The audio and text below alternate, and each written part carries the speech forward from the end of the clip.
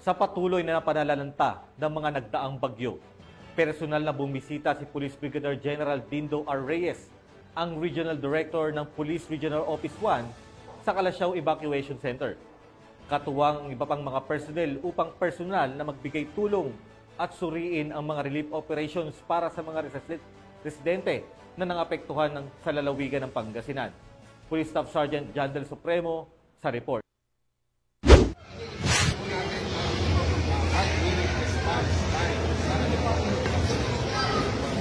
Nagsagawa ng isang mahalagang pagbisita si Police Brigadier General Dindo R. Reyes, ang Regional Director ng Police Regional Office 1, sa Calasiao Evacuation Center upang personal na magbigay ng tulong at suriin ang mga relief operations para sa mga pamilyang naapektuhan ng Bagyong Imong at ng Southwest Monsoon.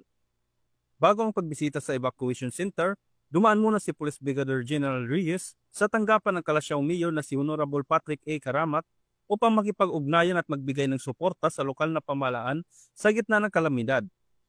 Matapos ang kanyang pagbisita, nagtungo siya sa mga personnel ng Calasiao Police Station kung saan nagsagawa siya ng inspeksyon sa mga tauhan ng Calasiao PNP. Bilang tanda ng pagpapahalaga, nagbigay siya ng mga rainbows at tubig sa mga personnel na patuloy na nagsisilbi sa kabila ng mga pagsubok.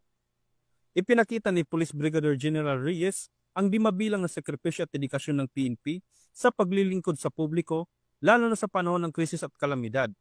Sa kanyang pagbisita, tinitiyak niya ang mga pamilyang apektado ng kalamidad ay naaabot ng kinakailangang tulong at agarang aksyon. Ang ganitong mga hakbang ay patunay na malasakit ng PNP, hindi lamang sa mamamayan kundi pati na rin sa kanilang mga tauhan na patuloy na nagsisilbi at nagtataguyod ng kaayusan at kaligtasan sa kabila ng lahat ng hamon.